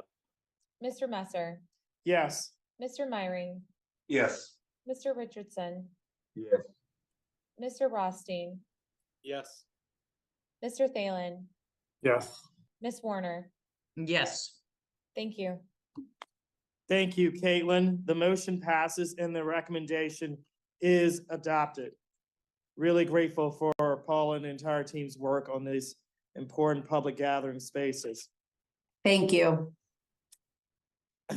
Thank you. Next, we will move to, if you will permit me, just to go out of order one more time, we have two votes for Proton Energy Systems, Inc., doing business as Nel Hydrogen USA. We will now welcome Sarah Bishop, Senior Business Development Project Manager, to present on a resolution to approve a Michigan Business Development Program grant and a 15-year, 100% state essential services assessment exemption. Sarah, please take it away. Thank you. I appreciate it. Good morning, everyone. Today, I will be presenting on behalf of Nel Hydrogen US. With me on the call today, I have Håkan Faldal, the CEO of Nel, as well as Maureen Krause, President and CEO of the Detroit Regional Partnership. Nel Hydrogen is proposing to establish a new 507,000 square foot automated gigawatt electrolyzer manufacturing facility in Plymouth Charter Township. This project is expected to generate a total capital investment of over $400 million, as well as create 517 clean energy manufacturing jobs. Now I will turn it over to Håkan Faldal with the company to talk more about the project. Thank you.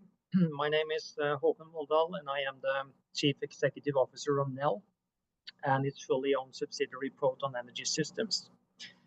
Just some background on Nel. We are the world's oldest and one of the largest manufacturers of electrolyzers in the world. And an electrolyzer is a large machine that turns water and energy in the form or into hydrogen. There are just two input factors, water and electricity, and two output factors, hydrogen and oxygen. And just to be clear, the manufacturing of the equipment itself doesn't require large amounts of water or electricity. It's where you install the equipment where you need it. Electrolyzers are critically important for industrial applications where you cannot just use electricity to replace fossil fuels. For example, if you want to make methanol or ammonia for fertilizers, you need hydrogen molecules to make your end product, not only electrons. Hydrogen can also be used as the fuel in heavy-duty long-range trucks, buses, trains, and ships, and for long-term storage or long-distance transportation of energy. Today, Nel has more than 600 employees, approximately 250 of them in the United States, and manufacturing plants in Norway, Denmark, and Connecticut.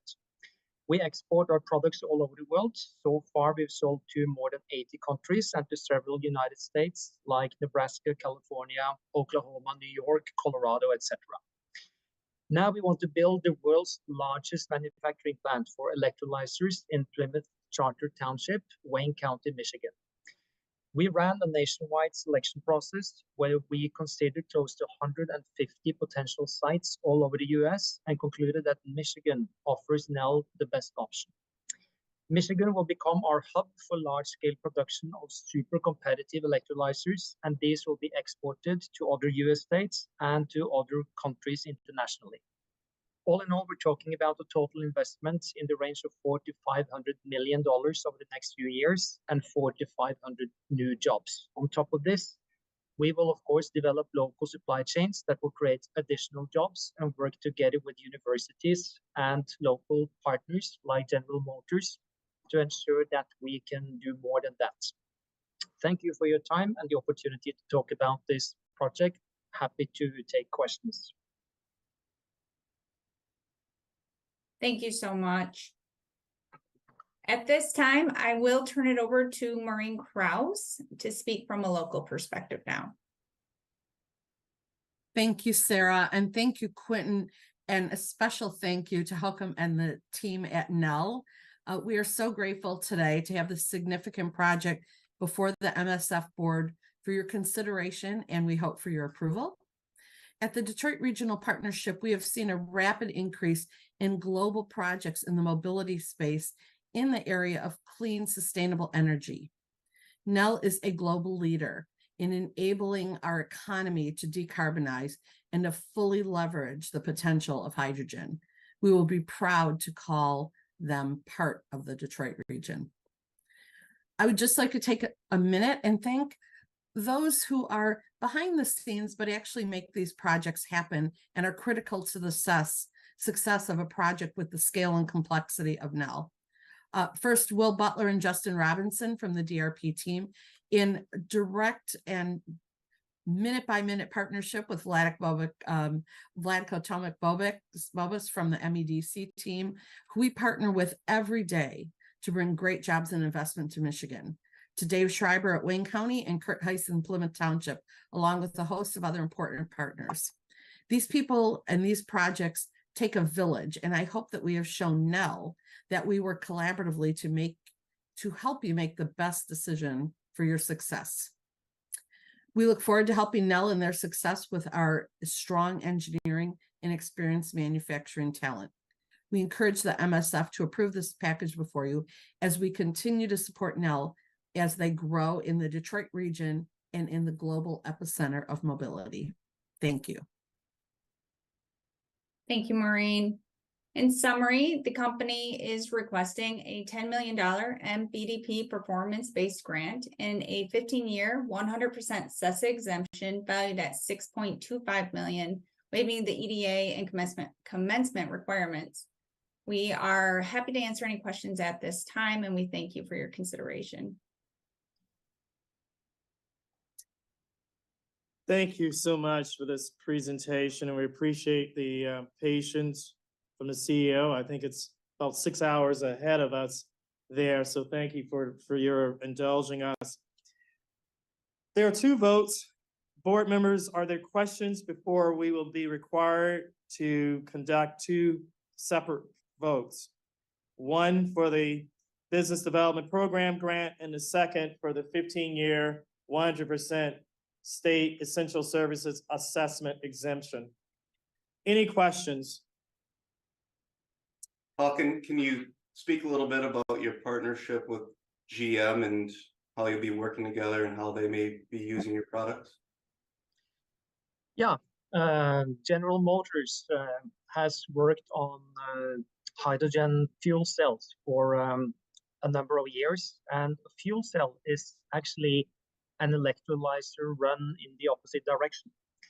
Hence, there are many similarities between what GM does and what NEL does. And we were happy when GM reached out to us and said, listen, if we make the best hydrogen vehicles on the planet, but you guys cannot make your equipment better and cheaper, we will sell no trucks, no vehicles running on hydrogen. We need you guys to be successful in order for us to sell more trucks and vehicles. So how about the partnership where we collaborate on making that happen?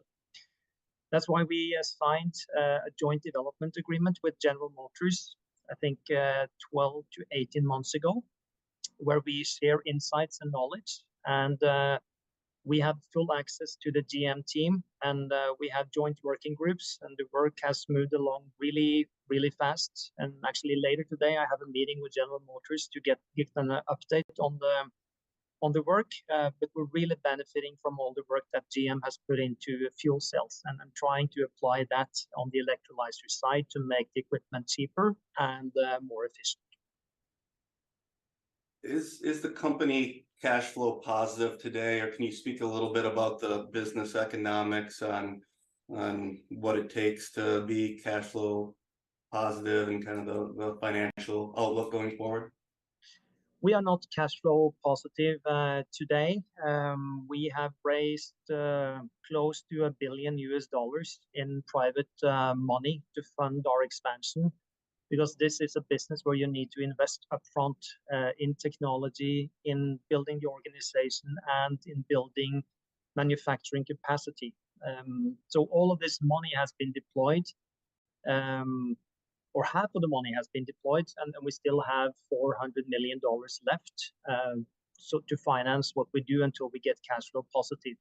We expect also next year to be a year where we will be cash flow negative, and then in 25, we believe we can be cash flow positive based on an order backlog, which is increasing as a number of companies place large-scale orders for our equipment, for instance, in Oklahoma and Nebraska.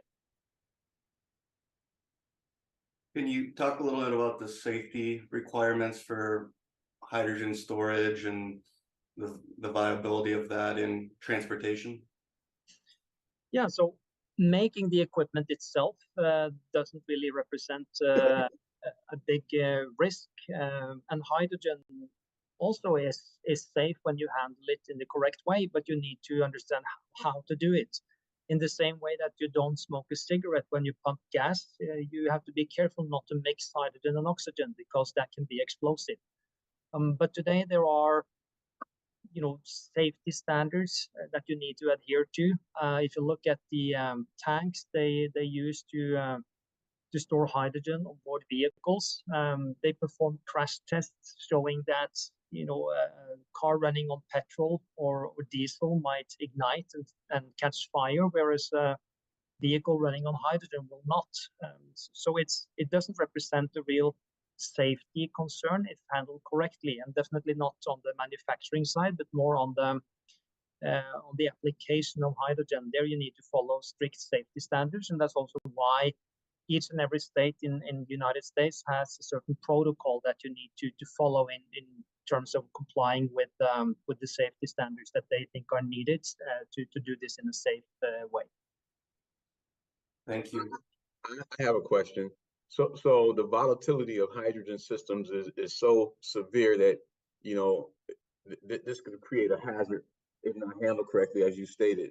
So do you see this expanding in the passenger vehicle market or just large vehicles? I think if you had asked me that question two or 3 years ago, I would say that hydrogen could also play a role in the passenger vehicle markets, and I think in some places it will. But I do see a better match between fuel cell vehicles running on hydrogen and heavy-duty long-range trucks. And so where you need to have the truck out of the road and you need high utilization, I think hydrogen has certain benefits that it will be hard to match with batteries. But I think on the light-duty side, like in the US, where you have a parking where you can charge your vehicle, it's hard to compete with battery electric vehicles at the moment. But I believe more in the heavy duty market.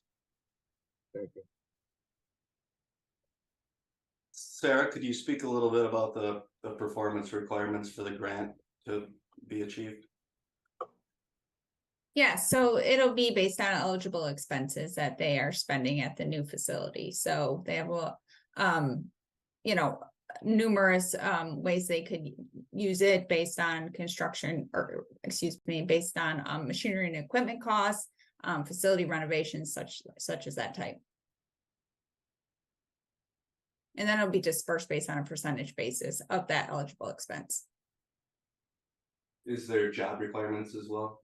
Yes, there is. The job requirements we discussed, the 517 jobs, they will be held to that. Thank you.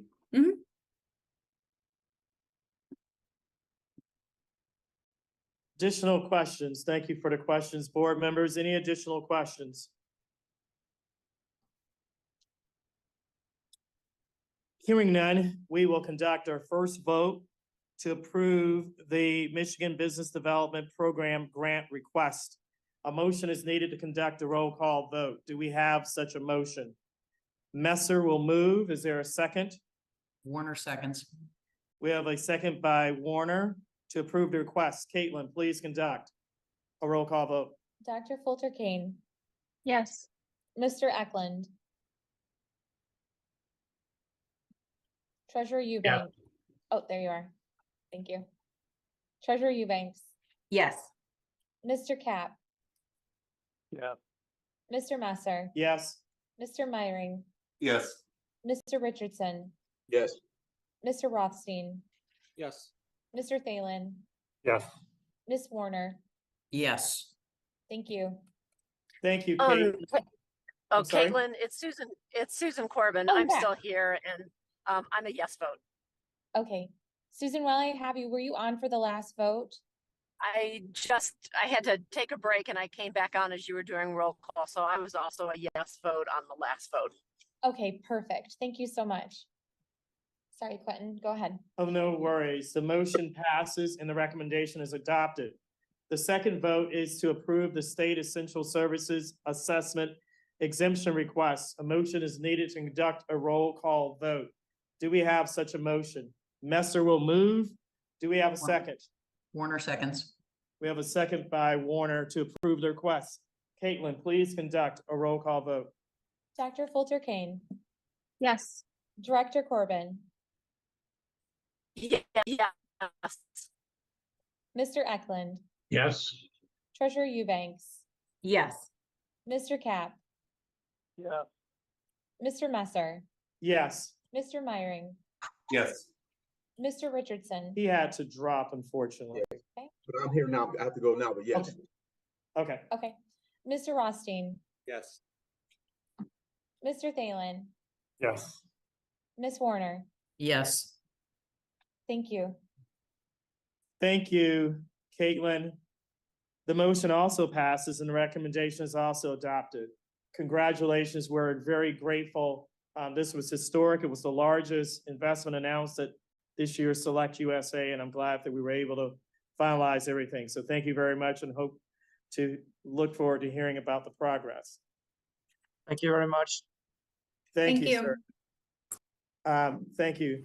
We will now, sorry to be toggling back and forth. We will go to Samsung SDI America, Inc. We will welcome Brittany Meiser, my colleague, to present on a resolution to approve a Michigan Business Development Program grant for Samsung SDI America, Inc. Brittany, please take it away. Thanks, Quentin. Good afternoon, everyone. My name is Brittany Meiser. I am a project manager on the Economic Development and Incentives team. Joining me today, I have Joe Patel, General Counsel and Vice President of Legal and Public Affairs for Samsung, along with Michael Abdallah from Oakland County Economic Development. Samsung is a leading global manufacturer of lithium batteries. They broke ground on their North American headquarters in Auburn Hills in 2019. They have already significantly exceeded capacity at this facility and are currently in need of doubling their current footprint to meet increasing demand. So today we are presenting an exciting opportunity that will result in an additional $41 million of investment and 368 new well-paying jobs in the city of Auburn Hills. With that, I will turn it over to Joe Patel to further discuss this project. Joe? Thank you, Brittany. Thank you, Mr. Messer, and hello, board. Thank you for welcoming us to the meeting to share the news of this project. As Brittany said, we relocated our headquarters from Silicon Valley to Michigan in 2018. in part to take part in the XEV revolution that we had hoped would come to fruition. Thanks to the support of the MEDC, by the way, we launched our factory, and it's fair to say things are going well. In fact, they're going so well that we desperately need to expand. The demand for the Jeeps that we're making in Toledo, Ohio, and right here in Michigan at the Jefferson North Assembly Plant has been more than expected. It's a good news for the green revolution. And our customers are asking us to expand our capabilities. We're going to put $41 million into Auburn Hills here at the facility to buy machines and hire new workers so that we can meet those demands. These are good jobs, most of them for not requiring a college degree, and the benefits are excellent. In fact, we pay for our employees' health care, and not just for our employees, but also their families. They pay 0 premiums. Why Michigan? We picked Michigan initially because we had good support from the government, and we were looking for a skilled, qualified workforce that could deliver quality products. It's no secret that quality is a key issue in the manufacture of EVs and batteries, and so we take that very seriously. Our experience has been terrific, and we want to keep a good thing going. Why Samsung? Well, the truth is that Samsung's been a good bet. Last time you gave us some support, we not only met the milestones, but we exceeded them, and we'll exceed them again. We hope that you'll find a good chance to keep a good thing going too. I'm the only native Michigander on our executive staff. Many of my colleagues are from South Korea, have relocated here to Southeast Michigan. Others are from other places. And my parents were in the auto industry. My father started at Chrysler in 1971. It's hard to believe the revolution that we're seeing. We're fighting and competing for workers here in Southeast Michigan. Thanks, by the way, to our local partners at Oakland County and in Auburn Hills who've offered to help recruit workers. I think, too, it's interesting to note that this project will have immediate impacts. We're not looking down the road 2025. We're going to be recruiting workers this year, and they're going to start work this year and next, hopefully with your help. Our factory is in an existing commercial park. There'll be no incremental impacts on the environment, and our factory is clean and safe. It is not the smoke-stacked factories, the dirty factories maybe that my dad remembers. We think it's a bright future for our company for sure. We know it's a bright future for our workers who will have expansion opportunities and a chance to expand in our growing industry. And we think it means a bright future for our state. I'm grateful, and on behalf of the CEO, we're very grateful for our partners at the MEDC and Oakland County and our neighbors in Auburn Hills for their support and help. And we hope that the board will look favorably on this application. We'd like your support. Thank you very much. Thanks, Joe. Really quickly, I'm going to hand it over to Michael Abdallah for brief comments on the county's perspective on this project. Michael? Yes, thanks, Brittany. I'm sorry I can't get on camera right now. Something's wrong with my connection with that, so my apologies. But we've been actively involved with Samsung since the beginnings of this project and the last one as well. But they've been terrific corporate citizens, and I was fortunate enough to take a tour of the facility that Joe's talking about, and it is pretty amazing. Just the safety record they have there, the terrific clean environment, which the employees all seem very happy, and the whole thing for us is a real win for Auburn Hills, for Oakland County, for the state. So we are thrilled to be in support of Samsung SDI, and again, I know that we are happy that they continue to grow and have success here in Michigan and Oakland County. Thanks so much. Thanks, Michael. With that being said, I am seeking approval for a Michigan Business Development Program grant of up to $5 million in support of Samsung SDI America's current expansion project in Auburn Hills. And with that, I'll open it up for questions. Thank you so much, Brittany, Joe, Michael. Questions from the board? Questions from the board? Joe, could you speak a little bit about your supplier ecosystem? You have a lot of suppliers in Michigan. Have you attracted some suppliers to locate to the state to work with you? Yeah, our local footprint is growing, and of course, it's growing in the Midwest, in part because, as you probably know, our company is also expanding to make cells in the Midwest. So we expect we'll have many suppliers coming to Indiana, Ohio, Michigan as we expand our opportunities. We do buy quite a bit from local Michigan suppliers.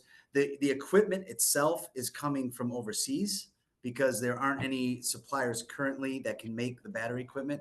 But a lot of the smaller parts are bought locally from local companies in Michigan and elsewhere. Out of curiosity, do you do recycling of the lithium batteries at your facilities at their end life? We do not do recycling of batteries here. We have vendors that help with recycling, but we are pursuing partnerships going forward to expand our recycling ability, in part because our cell factory in Kokomo will have recycling requirements as part of the IRA. So the recycling picture is actually very bright, and it's going to create a whole new industry actually in the United States to help deal with these the minerals and the battery recycling. So there's a zero impact. Our company's committed to going completely green, have a zero carbon footprint in the next 15 years. Thank you. Thank you very much. Any other questions from the board?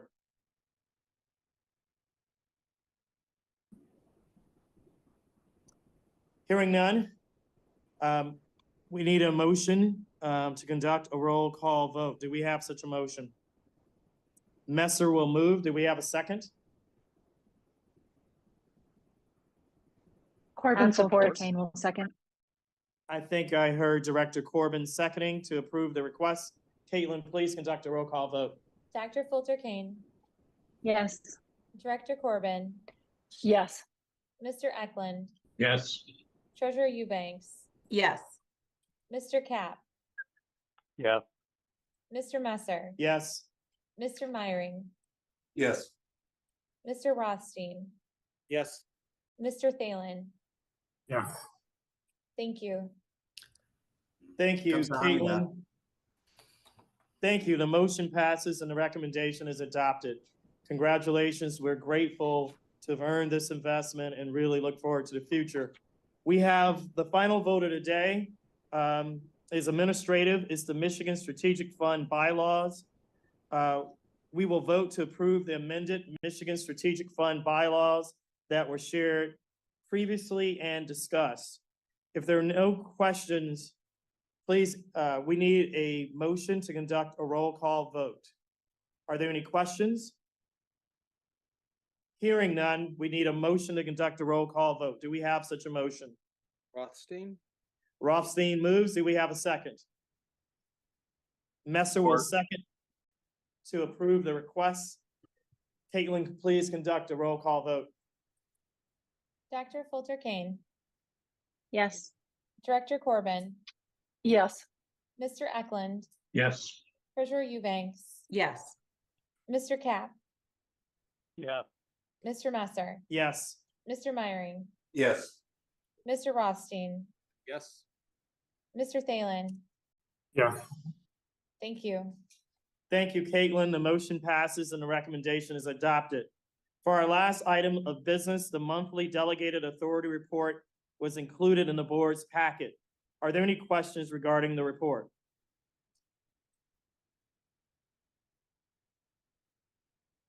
We have reached the end of the agenda. Do the board members have any other items of business to discuss? Hearing none, our meeting is, we stand adjourned at 12:15 p.m. Eastern Standard Time. Thank you so much. Appreciate it. Stay safe and well. Thank you. Thank you. Bye-bye.